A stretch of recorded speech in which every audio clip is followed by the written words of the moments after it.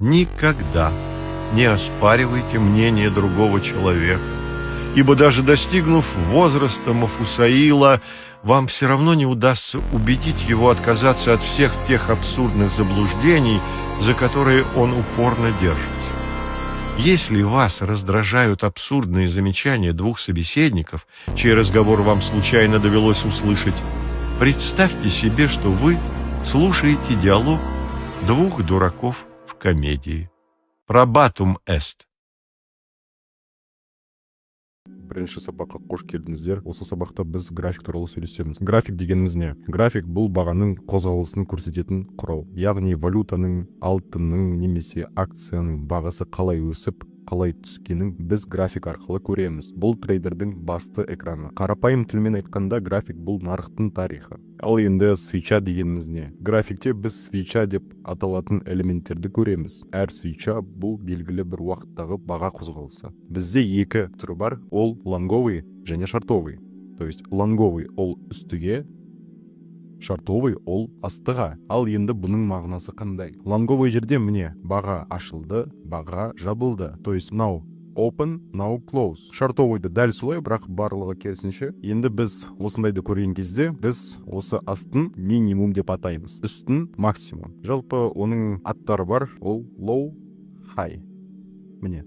Егер свеча жасыл болса, онда баға өсті, то есть үстіге барды. Long. Ал егер свеча қара болса, или қызыл, баға төмен құлады. Ал енді мен айтқандай біз осы трейдинг вьюға кіріп анализ жасаймыз. То есть біз осы трейдинг вьюда анализ жасаймыз, ал содан кейін сделканы ашатын сәтте біз метатрейдерден или басқа терминалдардан ашамыз. Бізде осындай таймфреймлер бар. Мысалға бізде осындай таймфреймлер бар. Оны көбісі қолданады, поэтому мен оларды айтамын. Біріншісі ол 1 минутлық, екіншісі ол М15, то есть 15 минутлық, үшіншісі H1, то есть 1 сағаттық, төртіншісі H4, 4 сағатлық и daily, то есть күндік таймфрейм. Сол бір нарық әр таймфреймде әр түрлі көрінеді. Жоғары таймфреймдер, мысалы 4 сағаттық или 1 күндік таймфреймдерде үлкен суретті көрсетеді. Ал кіші таймфреймдер 1 минутлық болсын, 15 минутлық болсын, ұсақ қозғалысты көрсетеді. То есть таймфрейм дегеніміз не? Мысалға мен қандай таймфреймді қолданамын? Мен қолданатын таймфреймлер ол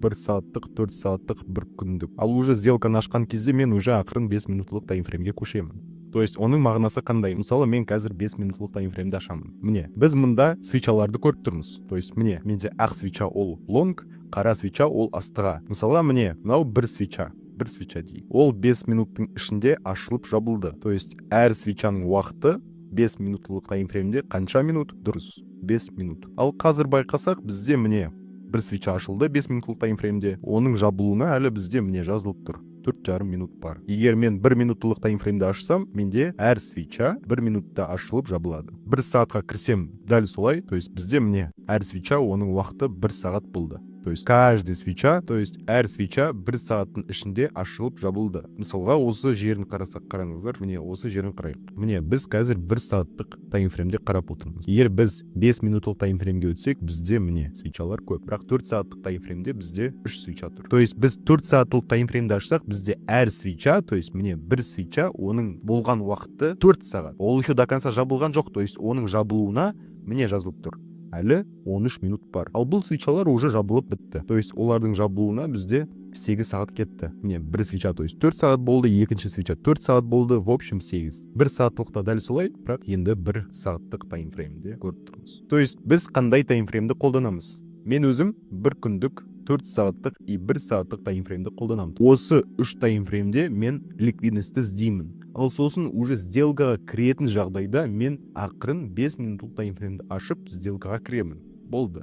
Трейдер үшін бұл неге маңызды? График арқылы біз бағаның қайда бара жатқанын түсінеміз. Свеча арқылы біз дәл уақыттағы реакцияны көреміз. Таймфрейм арқылы біз стратегиямызға сәйкес шешім қабылдаймыз. Міне, получается біз уже таймфрейм туралы өтіп тастадық. Қараңыздар, сізде бір сұрақтарыңыз болса, сіз чат GPT-ге жаза аласыз. Ол барлығын бүкіл любой тілде сізге түсіндіріп береді. Ал егер менің бір қателіктерім болса, комментарийге жазыңыздар. Обязательно соған жұмыс істейтін боламын. Ал енді структураға көшсек, менен көбісі сұрайды, баға деген неге жай ғана тік өспейді, немесе түспейді деп сұрайды. Нарық ешқашан тек қана түзу сызықпен жүрмейді. Баға толқынмен қозғалады. Бірде өседі, бірде сәл түзеледі. Сосын қайтадан өседі немесе төмендейді. То есть оған қарайтын бір зат бар. Ол не?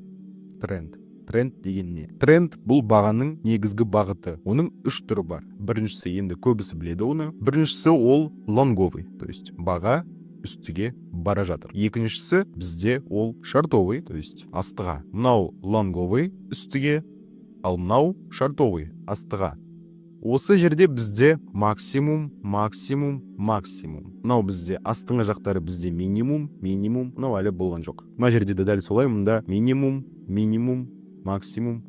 Негізгі оның аттары бар, бірақ мен оны күрделете алмаймын, өйткені маған ол бір қатты қиын сөзге деп көрінеді, поэтому мен бүкіл заттарды өз сөзіммен айтамын. Мен әр тақырыпты өзімнің тіліммен оны түсіндіремін. Негізгі оның аттары, оны higher low дейді, мынаны higher high дейді, мынаны lower high дейді, мынаны lower low дейді. Бірақ мен оны осылай айтуға желанием жоқ, поэтому мен оны қалай айтамын? Жай ғана мынау минимум, максимум. То есть бізде лонговый движениеде үстінде тұрған осы нелер, ол максимумдар. Міне максимумдар. Баға максимумды жаңартылып отырса, онда осы жақтағы минимумдарға біз уже көзімізді жабамыз. Поэтому қазір тағы бір рет максимумды осылай обновление жасаса, осылай сындырса тағы да, онда біз осы максимумдар туралы ұмытамыз. Тек қана болып жатқан движенияға қараймыз. Шартовый направлениеде дәл солай, бізде астында минимумдар болады. Міне минимум, үстіңгі жерде бізде максимумдар болады. Мынау бізде максимум.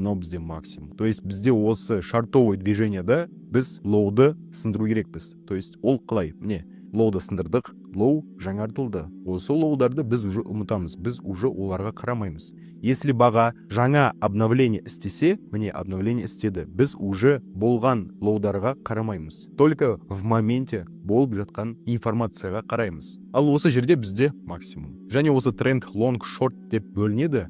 Және оның тағы бір түрі бар. Үшіншісі, ол қандай? Ой, көбісі оны flat дейді, біреуі range дейді, біреуі боковик дейді. Оның барлығы бір, поэтому осыны жай ғана боковик деп айтсаңыздар болады. То есть баға жоғарыда емес, төменде емес. Баға бір диапазонда қозғалып тұрады, яғни орнында тұр. Ол ешқандай информация беріп жатқан жоқ бізге.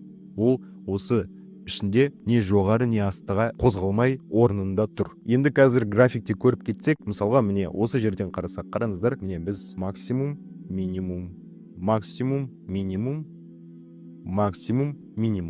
То есть міне осы жерде бізде қандай информация бар? Міне бізде обновление максимумы болды. Мынау бізде қайтадан обновление жасады. То есть осы қайтадан обновление жасаған соң біз уже мынау максимумдарға қарамаймыз. Осы максимум туралы біз ұмытамыз, потому что бізде жаңа обновление болды. Міне осы жаңа обновление болған кезде біз уже баяғыда болған заттарға біз уже қарамаймыз. То есть біз мұнда көріп тұрмыз, что бізде лонговый тренд көрсетіліп тұр. Ал егер біз бір күндік таймфреймді ашсақ, бізде мұнда қандай информация бар? Міне.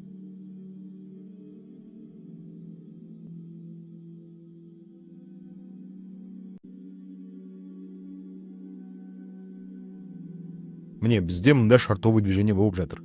Міне мен осы жерден, осы басынан аяғына дейін осыны сыздым. Қараңыздар. Міне бізде мұнда лоу обновление болды. Мынау бізде максимум. Сосын қайтадан жаңа лоу обновление істеді. Мынау уже лоу туралы ұмытамыз. Болған лоу туралы. Мұнда бізде хай, то есть максимум болды. Мұнда баға бір күндік таймфреймде баға шортқа бара жатыр. Осы DXY-ның тренді қандай? Шортовый. Біз қандай параларға жұмыс жасаймыз? Біздің негізгі параларымыз ол DXY, евро USD и фунт USD. Мен осы үш параға торговля жасаймын. DXY-ге торговля жасалынбайды, поэтому мен евро мен фунтқа торговля жасаймын.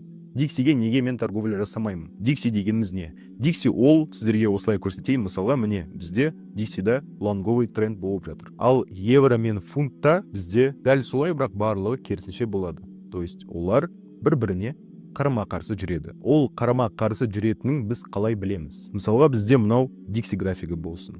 Ал мынау бізде любой бір пара болсын, бірақ USD-ға басталмайтын паралар болсын. Мысалға, USD-ға басталмайтын пара ол евро USD. То есть міне сіздер көріп тұрсыздар. Бізде USD екінші планда тұр. Бірінші планда бізде евро. Поэтому олар бір-біріне қарама-қарсы жүреді.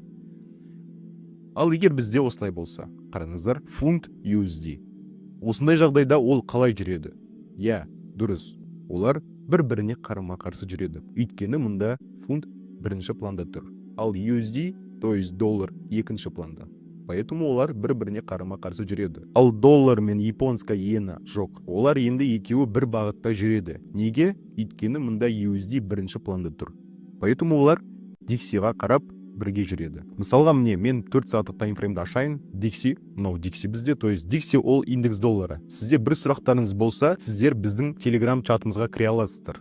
Полностью тегін, бізде анда 500 адам бар. Сұрақтарыңызды соған қойсаңыздар болады. Немесе сіздер чат GPT-ге жаза аласыз. Мысалға бізде бұл Dixie графигі 4 сағаттық таймфрейм. Егер біз қазір фунтты ашсақ, бізде осындай картина тұр. Міне қараңыздар, осы жерге қараңыздар. Now Dixie, now фунт. Now Dixie, now фунт. Тағы да көрсетемін. Now Dixie, міне now фунт. Олар бір-біріне қарама-қарсы жүр. Надеюсь, сіздер барлығын түсіндіңіздер. Енді менде тағы бір айтатын затым бар. Осы трейдингті бастаған кезде бізде қазақтарымыз алтыннан басқа дым білмейді. Менен көбісі сұрайды: Алиасқар, сен неге алтынға торговля жасамайсың деп. Достар, мен алтынға торговля айына 1-2 рет алып тұрамын, бірақ көп алмаймын. Неге десеңіздер, потому что маған осы жақтағы информацияны көру керек. Допустим, мынау дневной таймфрейм болсын, маған осы жақтағы информацияны көру керек. Біз көріп тұрмыз, что бізде ол постоянно бір бағытта жүреді, то есть лонг. Я, қазір бізде осындай бағыттар болып жатыр, бірақ бәрібір маған осы пара ұнамайды. Мен тек қана евро мен фунтты торговля жасаймын. Арасында болып тұрады. Золотыны айына 3-4 рет алып тұрамын. Бірақ сіздерге беретін советім осы форекс нарығын үйреніңіздер. Именно евроға қарап, именно Dixie-ге қарап, осы графикті үйреніңіздер. Сізде сұрақтарыңыз болса, чат GPT-ге жаза аласыз, или біздің ашық чатқа қоса аласыздар. Екінші сабағымыз бізде осы видео шыққаннан кейін ровно 1,5 күннен кейін шығады. Ассаляму алейкум.